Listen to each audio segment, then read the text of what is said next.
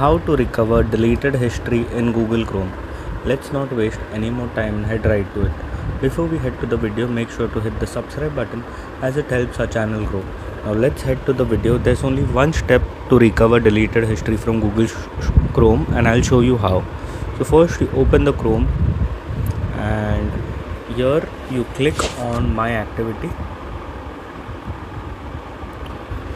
and once you click on My Activity, this will show up from Google itself. You have to open this,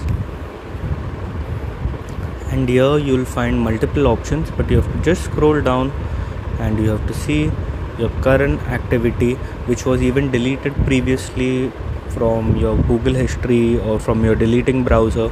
It will show up here, and here you can even delete it permanently. Like if you click on it, the history will be permanently deleted forever, but once it's deleted from here, you cannot recover it, whatever your previous searches have been. And this is how you recover deleted history in Google Chrome. If this video helped, make sure to leave a like and don't forget to subscribe.